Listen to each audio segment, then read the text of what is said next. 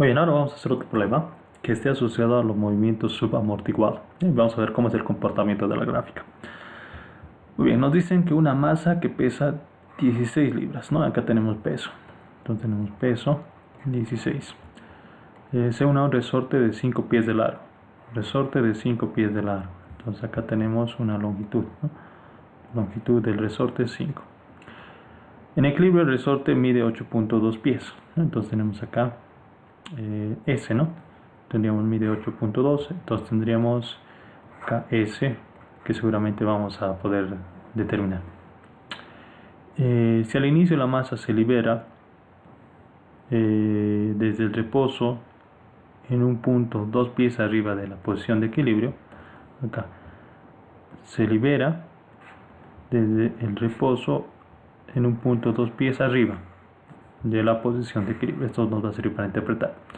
Encuentre los desplazamientos XT, tenemos que encontrar el modelo. Si se sabe además que el medio circundante ofrece una resistencia, acá ojo, hay una resistencia, una fuerza de posición numéricamente igual a la velocidad instantánea, ¿ya? Entonces esto hay que interpretarlo. Entonces, muy bien, vamos a comprender. Tenemos el siguiente cuerpo, ¿no? Tenemos el resorte, ¿no? Y tenemos un cuerpo que en realidad ahorita pesa 16, eso es lo que nos da. Sea un resorte de 5 pies de largo. Entonces acá tenemos que esta longitud de acá, esta L es 5 pies, ¿sí? 5 pies. En equilibrio el resorte mide 8.2 pies. Ahora nos dicen que se va a unir, se une al resorte. Entonces, ¿qué es lo que va a ocurrir? Pues ahora tenemos que esto se va a elongar y vamos a tener el peso acá. Peso es 16 y va en este sentido, ¿no? Acá tenemos una fuerza en contraposición que es FK, que es igual a KS, ¿no? Y sabemos que S es este valor desde acá hasta el punto en que se elonga. Esto, para nosotros esto es S, ¿ya? Entonces, en equilibrio, nosotros sabemos que como estamos en equilibrio, tenemos una sumatoria de fuerzas, bueno, en este caso, que va a ser 0, ¿no? Entonces acá las fuerzas que están trabajando son las siguientes. En este sentido tenemos justamente la fuerza de reposición de nuestro resorte y en este otro sentido la masa. Entonces en ese sentido tenemos que la masa menos esta fuerza FK es igual a 0. En pocas palabras tenemos que la masa es igual a FK. Ahí está fuerza de reposición del resorte. Entonces acá sabemos que la masa es igual a FK, pero sabemos que FK está dado por una constante y el desplazamiento S. Entonces, nosotros sabemos que en el problema nos dicen que en equilibrio el resorte llega a medir 8.2 pies. Entonces están dando que de aquí a acá es 8.2 pies. ¿Ya? Esto es pies, lo mantendremos en ese sentido, ¿ya? Es pies. Entonces necesitamos sacar S, necesitamos determinar S. Pues S, sabemos cuánto es L y sabemos cuánto vale todo esto, ¿no? Entonces sabemos que este 8.2 es igual a L más S. Y sabemos cuánto vale L, ¿no? 8.2 es igual a L, que es 5 más esta S, ¿no? Yo lo voy a tratar de representar de mejor manera el 5 para que no se confunda. Entonces tenemos que esto es 5, ¿no? Entonces nuestra incógnita es S. Entonces a partir de acá sabemos que S va a ser igual a 8.2 menos 5. Entonces S para nosotros es 3.2, ¿sí? Muy bien, entonces sabemos cuánto vale S. A partir de acá, como ya sabemos cuánto vale S, sería interesante descubrir cuánto es K. Porque nosotros sabemos que esto, el peso va a ser igual a K por S. El peso lo sabemos, es 16. 16 es igual a K por S. Pero S es 3.2. Entonces sabemos que K va a ser igual a 16 sobre 3.2. ¿Ya? Muy bien. Ahora sí. Ya tenemos algunos elementos. Lo que he marcado acá nos dice si se sabe además que el medio circundante ofrece una resistencia numéricamente igual a la velocidad instantánea. Esta es la fuerza de fricción, es decir, que acá hay una fuerza en contraposición al movimiento. Si nosotros estaríamos estirando el cuerpo, hay una fuerza en contraposición, que es una F de fricción, lo habíamos llamado, ¿no? Entonces, esta F de fricción nos dicen que es directamente proporcional a la velocidad instantánea. Entonces, la velocidad instantánea directamente sería la variación del desplazamiento en función del tiempo, ¿no? Eso es directamente proporcional a eso. Entonces, para acá, nosotros de acá sabemos que esta F de fricción era B por la velocidad. Entonces, en este caso, B es 1, ¿no? La velocidad obviamente es esto. Entonces, podríamos armar de la siguiente manera la ecuación diferencial. Tenemos una fuerza de fricción, entonces tenemos que el desplazamiento, la variación del desplazamiento en función al tiempo, la derivada segunda en realidad, la velocidad, la variación de la velocidad en función al tiempo, más B sobre M por esto de X de T, más K sobre M por X, esto es igual a 0, ¿no? Esto sería nuestra fórmula genérica. Entonces nosotros podemos empezar a reemplazar esto, ¿no? Entonces veamos si tenemos todo. Beta es 1, ¿no? Sabemos, B es 1 de acá. M bueno, M no tenemos, pero podemos deducirlo. Sabemos que el peso es igual a masa por gravedad. Entonces el peso es 16, la masa no sabemos y sabemos que la gravedad es 32. Entonces la masa va a ser igual a 16 sobre 32 y esto es igual a 1/2, ¿no? Muy bien, entonces a partir de ahí tendríamos lo siguiente. La segunda derivada de X con respecto al tiempo más beta, que es 1 sobre la masa, que es 1/2, ¿no? De X de T, más K, que en este caso es 16 sobre 3.2 sobre M, ¿no? Sobre 1/2. Esto es igual a 0. Muy bien, a partir de acá tendríamos lo siguiente, ¿no?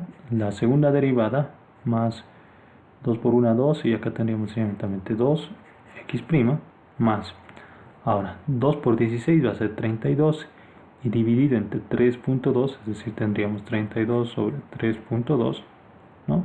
Esto va a ser directamente 10, ¿no? Entonces tendríamos 10, bueno, acá me falta la x, ¿no? 10x, esto es igual a 0. Entonces esta sería nuestra ecuación diferencial con los datos que nos han proporcionado. Ahora hay que resolver la ecuación como tal. Entonces si nosotros resolvemos la ecuación tendríamos lo siguiente. Segunda derivada x más 2 veces dx más 10x, ¿no? Esto es igual a 0. Factorizamos las x, tendríamos d al cuadrado más 2d más 10. Esto es igual a 0. Entonces a partir de acá tendríamos las raíces, ¿no? M y M. Dos números que multiplicados me den 10 y que sumados me den 2. Bueno, acá el escenario probablemente se complique, ¿no? Entonces vamos a recurrir ahora a la ecuación de segundo grado, ¿no? Entonces vamos a utilizar nuestra formulita. Entonces a partir de acá tendríamos lo siguiente. Tendríamos menos b, que en este caso es 2, más menos la raíz cuadrada de b al cuadrado, que sería 4, menos 4 veces ac, en este caso sería por 10, ¿no? Todo esto sobre 2 veces a. 2 veces a, simplemente 2. Entonces de acá tendríamos menos 2 sobre 2, más menos 4 por 10, 40, menos 4, 36. La raíz de menos 36. Raíz de menos 36 sobre 2, ¿no? Entonces a partir de acá tendríamos 1 menos 1, ¿no? Menos 1 más menos la raíz de 36 sería 6i, ¿no? 6 entre 2 va a ser 3, entonces tendríamos 3i. Entonces tendríamos esta como solución. Entonces sabemos que m1 es igual a menos 1 más 3i y m2 es igual a menos 1 menos 3i. ¿Ya? A partir de acá, entonces nuestra solución sería lo siguiente. X de t es igual a e a la menos t, ¿no? Por esta parte real, multiplicada por una constante 1, coseno de 3t, más una constante 2, seno de 3t. ¿ya? Entonces esta sería la solución. Bueno, ahora hay que encontrar las constantes, ¿no? En realidad, con los valores de frontera que nos dan. Entonces los valores de frontera van a estar dados de la siguiente manera. A ver. Nos indican lo siguiente: si al inicio, acá está, para un tiempo cero, la masa se libera desde el reposo, seguimos en reposo, es decir, cuando hay reposo el desplazamiento es cero, en un punto 2 pies arriba, ¿ya? A ver, si al inicio la masa se libera desde el reposo, en un punto 2 pies arriba de la posición de equilibrio. Entonces, ¿qué es lo que nos indica? Nos indican, si bien este es el estado en el cual hemos analizado, ¿no? Esto de acá, ahora nos indica que lo van a, de este estado de reposo, lo van a comprimir, lo van a sacar 2, ¿no? Van a moverlo esto hacia allá.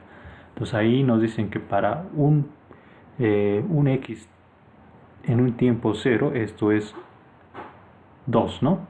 Hacia arriba. Entonces esto probablemente tengamos que interpretar de la siguiente manera. Esto es 2. Y obviamente que como estamos comprimiendo, entonces vamos a tener una velocidad hacia abajo. Entonces la derivada de esto, x de t, va a ser igual, como estamos partiendo de acá, ¿no? Lo estamos comprimiendo y estamos llevando acá, esto, la masa. Entonces a partir de ahí lo vamos a soltar. Entonces ahí sabemos que la velocidad de inicio va a ser 0. No hay fuerza, directamente la velocidad es 0 y va a empezar a cobrar este movimiento, ¿no? Va a ir hacia abajo. Entonces tenemos que comprender adicionalmente lo siguiente: como esto se está comprimiendo, estamos partiendo de que en este punto donde x es 0, hacia arriba, si el desplazamiento es arriba, consideramos que esto es menor que 0, entonces es negativo, ¿no?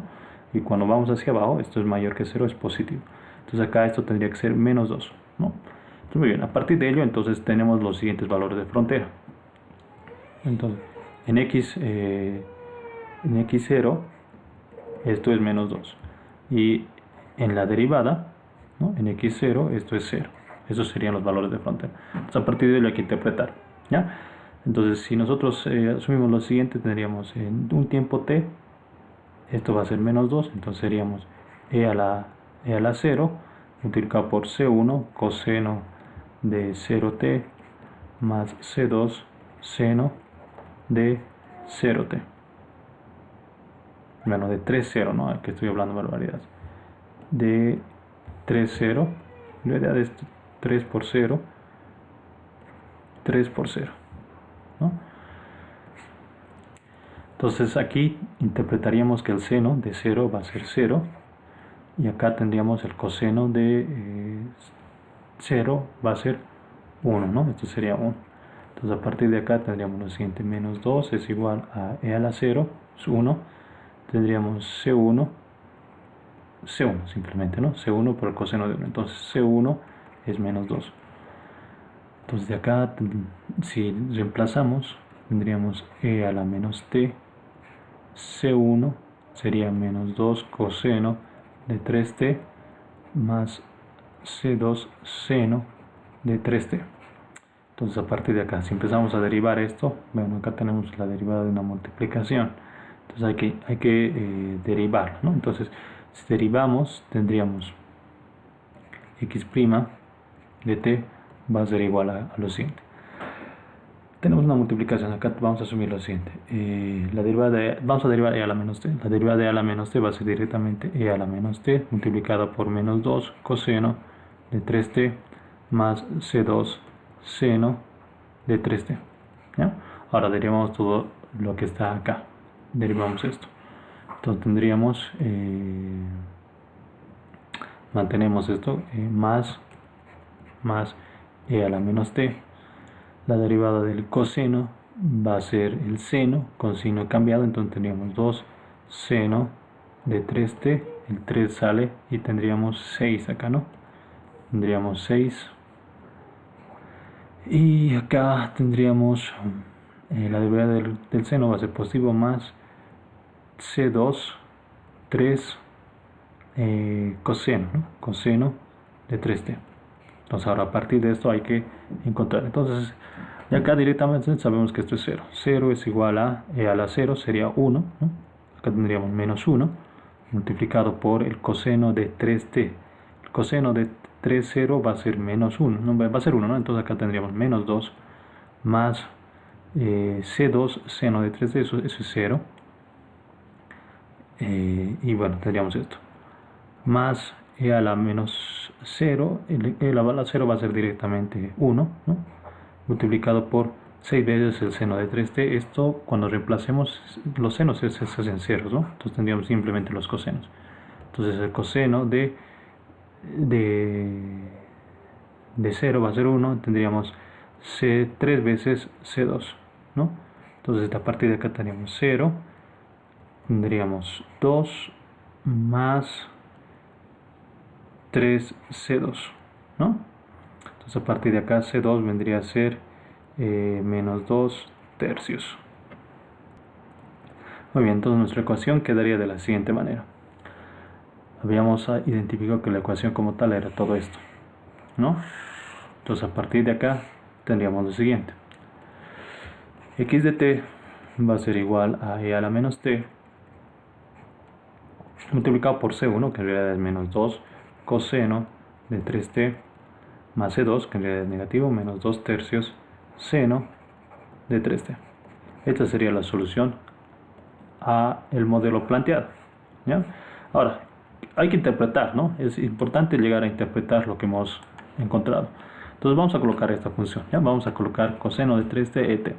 Si nosotros colocamos en nuestra gráfica coseno, ¿no? Vamos a agregar una nueva expresión. Vamos a deshabilitar esto.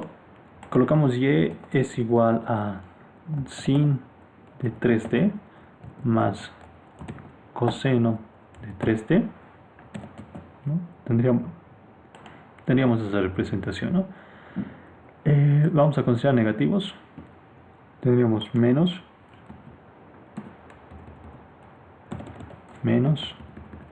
y esto menos, ¿no? Igual tenemos lo mismo, ¿no? Tenemos el comportamiento oscilatorio.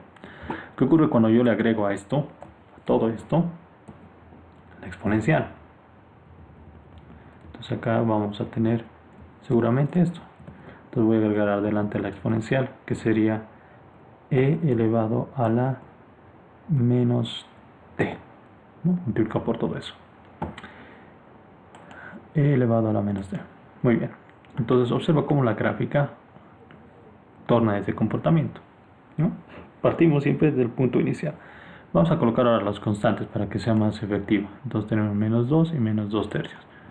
Menos 2 y menos 2 tercios. Ahí está. Si interpretamos la gráfica, ¿ya? Nos damos cuenta de que el movimiento, antes de encontrarse la exponencial, teníamos simplemente un juego de seno y coseno. Entonces eso era un movimiento oscilatorio, ¿no? Si viste, ¿no? Entonces esto era a lo largo del tiempo, no se detenía. Entonces la amplitud, el periodo se mantenía constante. Pero ¿qué ocurre cuando hemos agregado la exponencial? Recuerda que la gráfica de la exponencial de e a la t es esto, ¿no? Y e a la menos t, de e a la menos t es esto. Entonces observa cómo la exponencial de alguna manera está afectando a nuestro coseno. Tendríamos esto, y ahora sí, tendríamos que fusionar con esto. ¿Qué es lo que va a ocurrir? En todo caso, nuestro gráfico va a tender a hacer esto, ¿no? Va a empezar a reducirse. Y es lo que ha pasado, ¿no? Si observas, empezamos, recuerda que estamos empezando, teníamos este estado estirado, y ahora estamos arrancando compreso hacia arriba, ¿no? Entonces hacia arriba nos hemos desplazado menos 2. Entonces, en menos 2 hemos llegado a este valor.